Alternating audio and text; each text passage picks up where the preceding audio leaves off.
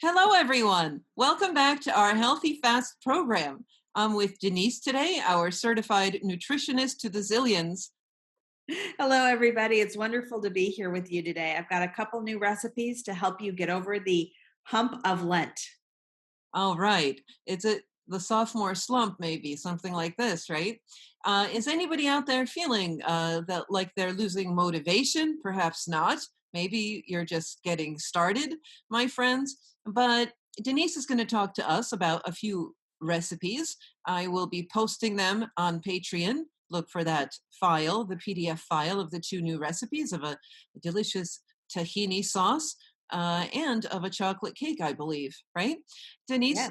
both with oil. So this is for days or people who always have, their fasting schedule with oil. Okay, so Denise, at this midpoint of Lent, talk to us specifically about these recipes, and then in general about getting over a certain hump or slump. Well, a lot of us during Lent, we have our maybe go to three or four recipes, things that we make, the same things that we make over and over, and it gets really difficult. And this is often the time when it's really hard, right? We drive by that fast food place and we really want a burger, or it's starting to get really, really hard. And I think there's no, it's no, or it's a very smart thing that the church puts the elevation of the Holy Cross right at this middle part of Lent to really give us motivation to keep us going. And I know that it's hard. So this is a time that I often look to things to jazz up the food that I'm making and make it interesting so that I can stay on the program. All right. One of those things is my lemon tahini sauce. It really, all the things when we make our whole grains and our sweet potatoes and all sorts of things like that, they need a little something extra, right? And so this lemon tahini sauce is creamy and it's rich, but it's dairy free, egg free. It's really yummy. And so I put it on sweet potatoes, I put it on brown rice, quinoa, farro. Sometimes I'll put it on a vegetable sandwich to give it that extra flavor. So it's a really good option. It's easy and you can make it and keep it for a whole week in the refrigerator, right? So if I'm going to make it and use it really quickly, I'll use sometimes fresh garlic. But if I want it to last, I will use the powdered garlic because it doesn't get stronger over time the way fresh garlic does. Could you give us a list of the ingredients, more or Yes, less? yes. I'm sorry. So it has tahini, obviously, olive oil, lemon juice, garlic, a little water because you want to get it to the right consistency. And then the recipe calls for a pinch of cayenne. Now, if you like things spicy, put more. You can put a little hot sauce in. Really, it's made to be whatever you like. Cayenne pepper. Mm. Cayenne pepper. Yes. So I just put a little bit in because I like to wake it up, but I don't always want it to be spicy. And so the recipe says you can use a blender or a whisk. I usually just use a whisk because I really don't want to have to clean my blender. So when you first start mixing it, it's going to seize up and you're going to think, oh, Denise steered me wrong. This is not right. Keep going. Add a little more water. Keep adding a little water, little by little with the water and keep whisking. It will turn into a sauce and it will be creamy and luscious and it will really wake up a lot of the foods that you're eating during Lent. Uh, the second one is a chocolate cake because dessert is really hard, right? And most desserts are not, dairy free, egg free. So there is a Lenten chocolate cake. I put that recipe. It makes a small cake about this size, an 8 by 8. I top it with powdered sugar. It's a chocolate cake. But actually, it's really good. It's so good that it would be maybe our regular chocolate cake all the time, but we only have it during Lent. So it's kind of special. But if you have a child, especially when it's their birthday during Lent, this is a great cake to make. Um, Cut instead a slice of it, or you don't want to cut it up? I will cut a slice of it, which means, which means, gosh darn, I'll have to eat a slice of my cake. This is also a good, midweek, midweek, or if you Yeah. fancy that oil, mid-weekend treat. Yes. Sunday So of here's a slice. oh, It's really good dark chocolate. You can put chocolate chips in it to make it special. And I'll tell you, the sprinkles that you buy in the grocery store are almost always Lenten. They're pretty much just sugar and a little bit of oil. So look at the ingredient list. But this is a really fun cake if you want to cover it with multicolored sprinkles, especially if you've got kids. That makes it really joyful. And so, yes, absolutely. So you can have it can just be something you have with coffee in the afternoon, maybe a midweek treat. Depending on how many people are in your house, it's not going to last for weeks, but it's really it's so easy. It's so quick. You just mix a few things in a bowl, right? Flour, sugar, cocoa, a little oil, baking soda, vinegar.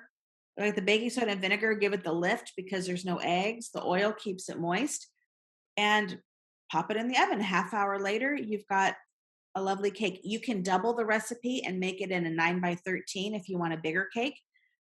So when we have, when we're in church, when we have Sunday school activities that have a luncheon attached to it, everybody will make these cakes and bring it, especially for the kids, so they can have a fun dessert because they miss a lot of that, I think, during Lent.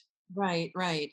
So, like I said, we're putting up these recipes from Denise on Patreon. So find that Healthy Fasters. I'll share with you that I was experimenting, already for 2 weeks now and then with the zoodles or zucchini noodles. And if you haven't tried it, my friends, I just wanted to show you this contraption that one needs to make them. So obviously you have a zucchini, and then it's really easy, uh, to make them. Maybe everybody knows this, and I was the last to discover it, and now I want to share it with you. But see, I want to show you this show is not created to be a cooking show. Hence, I'm not sure how to do this without getting zoodles all over the floor of my library here. But look how neat it is. It's sort of fun. So sometimes I don't even eat them. I just do this for fun. That was a joke, my friends. Um, Sister Vassa amusing herself in quarantine because we're in lockdown. I found a toy. So see, anyway, you get these strips. Well, these don't look very good, but you get the idea. It's very simple, and you okay, this is not well thought through, but this second layer, I think, turned out. This is Right. this is the action-packed episode you've all been waiting for. So you have to make more than you think you need, because I find that when you start, you saute them on a nonstick pan, not very long. I think it's like 1 or 2 minutes because you don't want them to just turn into a heap of a mass, right? Right. Yes. So they're very easy and quick to cook, but make a lot more than you think you need because they will shrink, right? And what I've done, I'll post a picture because I don't have the dish here, but I made them once with shrimp. Um, and because I made too few of the zoodles, even though I thought I had a lot in the picture, you could mainly just see the shrimp, but I just get these frozen shrimp. And it was really nice because I had the shrimp and then cherry tomatoes, right? Cherry tomatoes and the fresh basil leaves. These look a little bit unhappy already, but they are fresh. Anyway, this is really delicious because you have the combination of you have the zoodles, you have chop, well, just have the cherry tomatoes, you have the fresh basil, and I'm gonna try making this with tofu chunks. You could season them or marinate a little bit in soy sauce or whatever, but it's a little bit, these different textures, with the tofu, this and especially the fresh basil makes the difference, I find. Okay, that's it for this part, Denise, of the unsolicited. Uh, Well, so sister, I'm like dying because I'm thinking, put some lemon on it. That will be so delicious if you put some lemon oh, and and even a little bit of garlic. So I yes. have a recipe. It's from the New York Times. I'll see if I can share it with everybody. But it's with regular noodles, but you do it all in the same pan. So you put in some oil, you put in the noodles, you put in the cherry tomatoes, lemon zest and garlic and then hot water, and it all cooks Right. in the same pan. And I often add shrimp to it to kind of complete the meal, and a ton of lemon. It's so delicious. This recipe actually that I had, it did call for lemon and garlic. I actually overdid it with the garlic, I'll tell you, when I experimented, because the zoodles, you just have to watch out for this, because they really absorb this, and somehow it just turned out like very garlicky, a little bit too much of a good thing. But you ladies out there, or gentlemen, that might be better cooks, I have discovered increasingly that it's not my vocation. Hashtag why I'm single. Not my thing, but I like to share about it anyway. Such is the case sometimes. People who really shouldn't be singing, but really like to. Um, they're like a mixed blessing in your church parish, right? But anyway, that was my little tip. And Denise, thank you for your lovely recipes. And do you want to share some other thoughts about getting over, a lack of motivation? Sorry, everybody, if nobody's experiencing lack of motivation or getting back on the wagon. What if you've left us and left the fasting journey for a while? Denise, talk to us about always, being able to hop on the bus, Gus. Absolutely. It's never too late, right? Remember the sermon that we hear every night on Pascha? Even those who come at the 11th hour are welcome. So Oh, join us. And I lose motivation. Sometimes I'm like, "Oh, all I really want is a piece of cheese, really, just a nice piece of cheese, right?" But I think, okay, it's just a few more weeks, keep going. But yeah. that's when I find It's just 6 more weeks, and you're like, "Thanks, church." It's not we that can do bad, it. everybody, because it's worth it, it's more meaningful than being a slob, with the Pringles or whatever you're doing. Yes, you know what? It's such a sense of satisfaction. We've all had those Pascas where we're there and we think, "I wish I would have. I wish I would have." Um, so I wish I would have stuck with it, but do it. Often I find that so I will get some vegan mayonnaise. I like the brand Just Mayo, and I actually need to go to the store. I don't have a bottle to show you. But things like that, sometimes just those little swaps, getting the vegan version, sometimes can get us over the hump. The impossible beef, sometimes that just kind of, it's not breaking the fast. It just kind of gets us over the hump a little bit. Make things spicy, so sometimes I start if I in a rut, I'll add some chili crisp, which is like garlic that's fried in oil with hot chilies added to it, or just any kind of hot sauce. Sometimes I need something spicy, and that kind of helps. Or just sometimes I'll just get some of the dark chocolate that doesn't have any milk in it, and have a little piece of that, or change a new tea. Just something that's still within the what's allowed, but just changing it up. So I'm trying this red hibiscus tea that's really tart, and that's kind of fun and different. Um, uh, Things like that. Just change it up. If you're tired of the same old oatmeal, put apples and cinnamon in it instead of blueberries. Or, my students love peanut butter in their oatmeal, and they keep telling me I need to try it. I never have because I don't know. It just doesn't seem right, but they all love it. So make your oatmeal, put some peanut butter in, and some fruit, and have more like a peanut butter and jelly. You just gotta mix it up so that we can keep going. Yeah, you could do, aside from the of, to name some additional ideas, aside from the food ideas, sometimes it's a time management issue. Like so many of these things, you've gotten refocused on some other things. You couldn't be bothered, keeping up with your, attentiveness to your food. So, we can press restart, uh, do like the fourth week of Lent right now. I don't know when we're going to post this video exactly, if we're in the fourth week already of the week of the cross, or the fifth week, but you can do your this upcoming week challenge, do like your renewal challenge, because you want to take care of yourself again. So maybe you can celebrate that in your home by bringing simple flowers. I've gotten some tulips, right?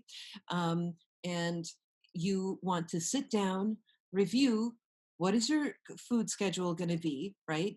And maybe do something special for your skin, or I don't know, maybe get a manicure or something, do something that's going to celebrate the springtime again of your wellness, right? So look at it that way, in a positive way.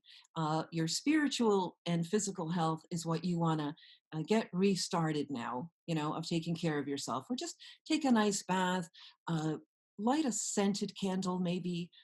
Sometimes they're a little bit expensive. I don't get the most expensive ones, but it's a treat. So clear the air, maybe clean the windows. I don't know what you need to do to feel like renewal is in the air, right? And you'll be happy about it later. And then see, but don't take too much upon yourself. Say, I'm going to try again. I'm going to start again, you know? And then before you know it, Lent is drawing to an end. So uh, let's get back up if you've slipped, or if you don't feel like keeping up with this, because Lent sort of stalls, my friends, but then it gets recharged. There's going to be exciting stuff coming up, right? There's going to be the Thursday of the Great Canon.